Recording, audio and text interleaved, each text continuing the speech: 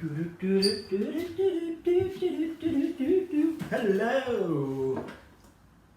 Yeah, how's it going, guys? This is going to be the second one this week. Mix it up a bit differently. Yeah, I think we're going to try and get some printing / ceramics / sculpture / something done today. With stuff that you got in the house, or if you might have some clay that you've ordered from the studio, we'll kind of make use of that, any scrap bits that you've got, and yeah, we're going to have a bit of an experiment. Should be quite fun. All stuff you should have lying around the house. Yeah, Jackson Pollock written on the wall. Why not? So yeah, again, guys, just seeing all the work that you've been doing has looked really, really good. Really enjoying the kind of the workshops we've been doing, all the kind of ceramics work she's been doing, kind of inspired me to do this one. So yeah, we're going to have a quick delve into this. Should be a bit of fun, quite messy, and yeah, making good use of these lovely plants that are dying back before they all go. So what we're going to be doing, basically, we're going to be making molds, making pretty much a plate or a tile made out of plaster of Paris. You can use plaster of Paris if you have it. I had it pop up to local reputable store on Team Valley, rhymes with Bobby Raft, and it's about £8. So I'm not going to use that. It's just there as a viable option. We're going to see if we can make the same kind of principle idea thing out of flour, and it's plain flour you got in the house, glue and water. It should work. Touch wood that it does. I've tried it before once many moons ago, and it did work. Just making sure that consistency is right. So I'll teach you how to get that plaster of Paris replacement sorted. If not, if you're going to buy some plaster of Paris, just follow the instructions that's on the tin, on the box, and it should be good to go. But what we do need is we need some clay, some leftover clay to make a mold. It can work with plasticine, but it's not as good. So if you don't have any clay and have plasticine, give it a shot. Show us what you've been doing, and hopefully it will work. You need a frame. It can be used in an old picture frame. I've made one just out of scrap bits of wood, literally a box. That's going to hold all of our plaster of Paris in, so it doesn't kind of run off. We'll call it plaster of Dom, because it's not of Paris, because it's not the real thing. So Dom's plaster. Yeah, and we need something that can emboss the clay. So first things first, we'll get our clay ready, get ready to roll it out, and then we'll start making the embossed prints. Then I'll teach us how to make the plaster of Paris Dom, and then we'll move on to letting it set and pulling it out and getting a nice, it'll come out like a nice embossed plate. It looks quite nice, very pleasant. So yeah, a little activity you can do at home, and yeah, let's get on printing / ceramics / sculpture / just a good old time. So cups of tea at hand, and let's get started.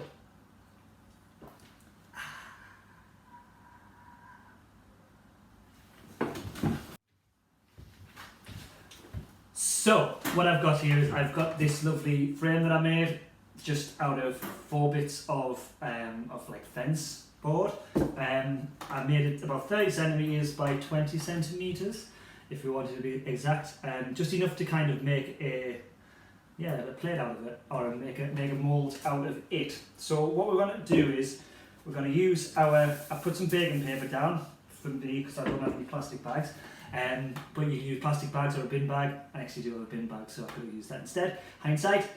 So what we're going to do is we're going to roll it to be relatively flat to fill the area of said box. Okay, doesn't need to be too deep. If you've got any cut-offs of clay, feel free to use that, as long as it's molded together and quite flat. So as you would with rolling out the clay anywhere else, just make it to fill this surface area. Keep on measuring against the box. Obviously need a little bit more. And yeah, just keep going until you get a flat surface that is the length of your box, let's call it a box. Mould, we call it, our mould outline thingy majiggery. So yeah, I'm going to keep going with this. Speed up as always, and it will make them weird whistling sounds as I'm doing so, as it always does. And catch you when it's.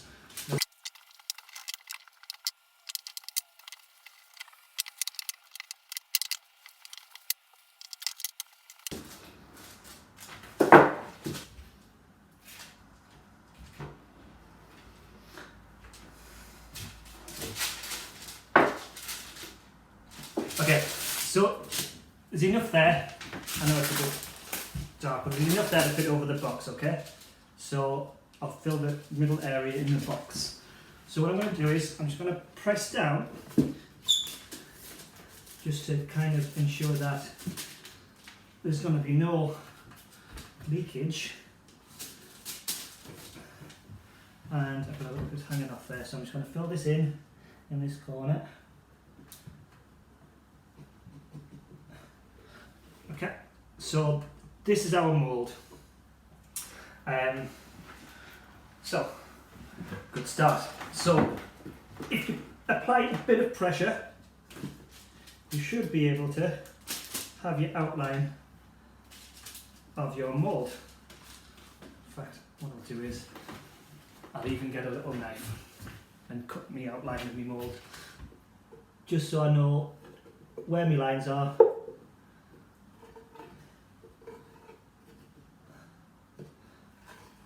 When I'm going to come to layer this down. So, outline. Yeah, I'm going to do that.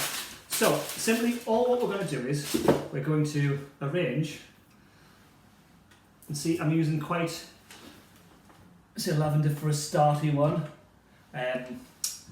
with the leaves, but they can be embossed quite well. They're not flat, so it won't just kind of squish into it and be like this smudge. It'll kind of retain some of its shape.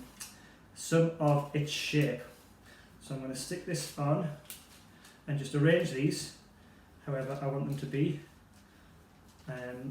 Don't worry if they're standing up, because we're going to be getting some, we're going to roll them on. So we're just arranging these to look beautiful across our, and other beneficials to this is that it smells absolutely amazing. Yeah.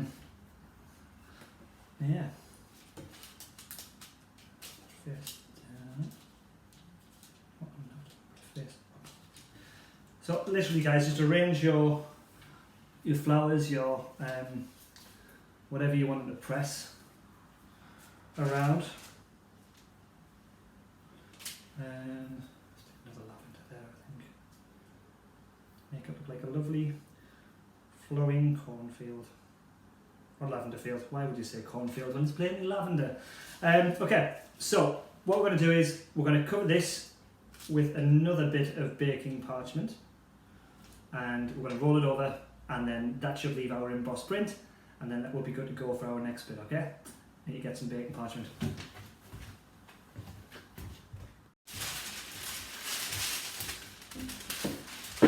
So simply, guys, all we're going to do is we're going to cover this, apply some light pressure, okay, just to get it to stick, and then we will get our roller off screen and simply choose which direction. I'm going to go from bottom to top,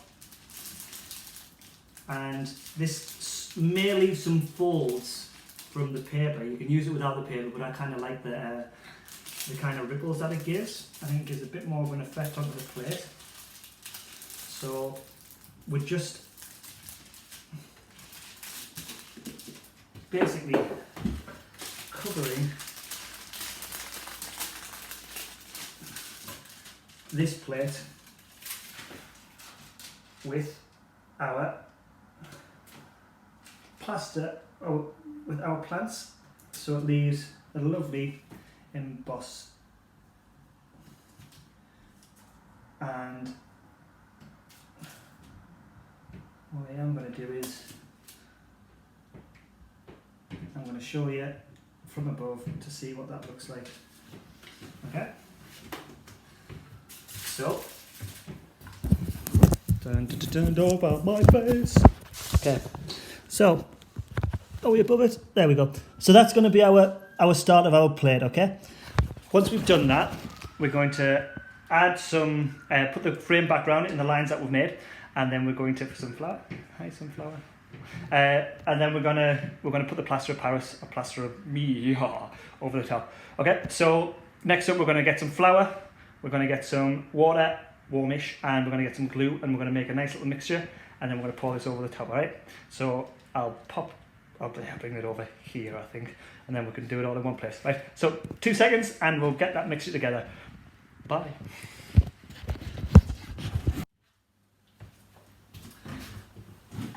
Right, next step. Okay, we're going to make the plaster of something, plaster of Paris, the replacement for the plaster of Paris. What I've got is I've got about 200 grams of flour in there, and I'm going to mix that with about 200 millilitres of water.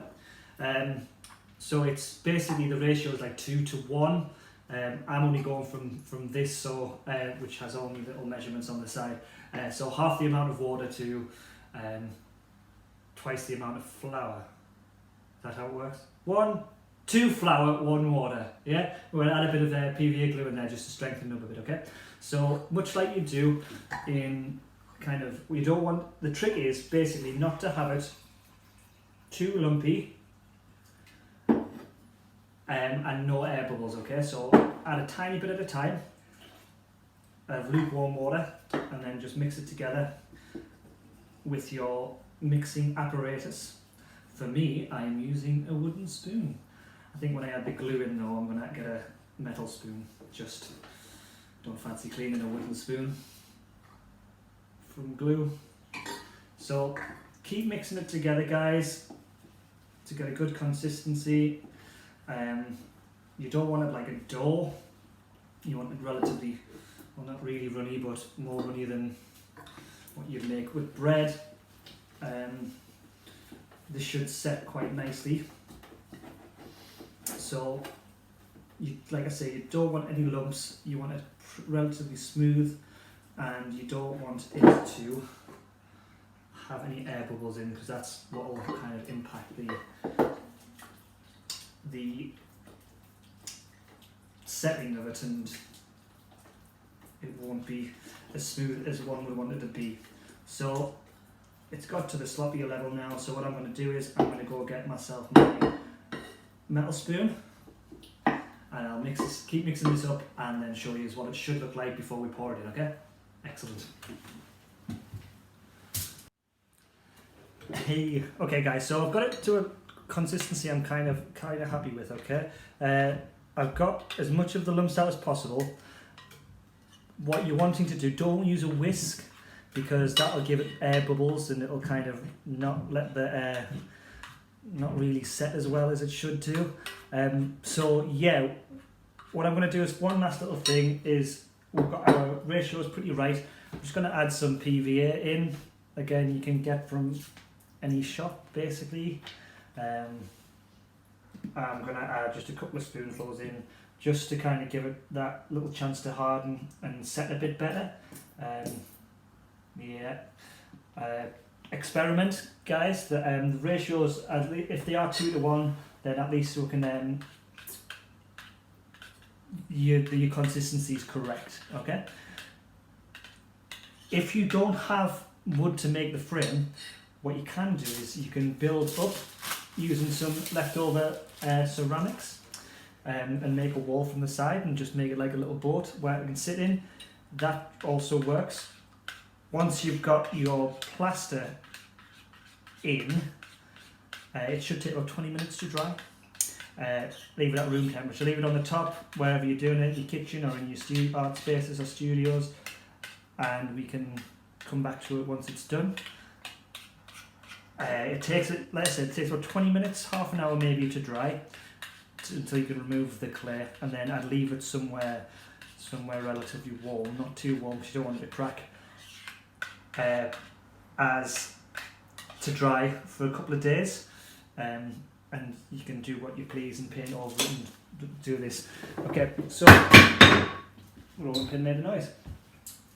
So what's handy to have at this point as well, guys, is have your clay just at hand, just in case it decides it wants to leak, and then you can just use that to plug any holes. So what you're doing is you're being very delicate and just tapping this plaster of Paris into your mould, covering it all with your mixture.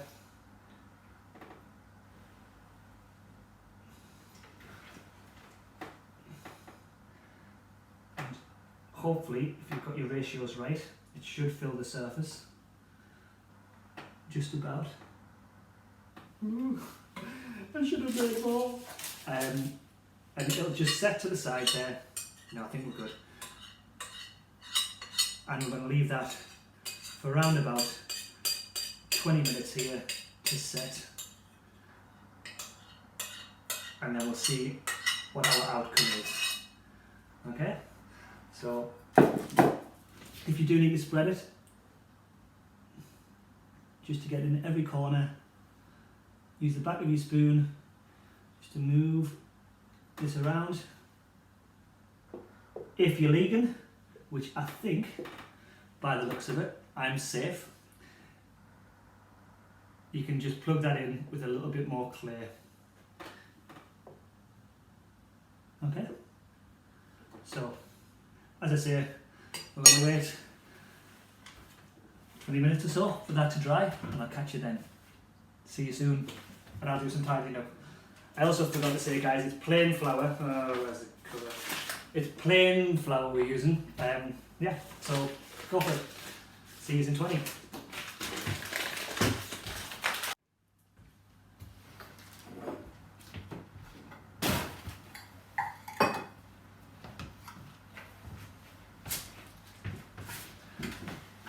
So guys, this is kind of just going to be setting to dry for the next however long.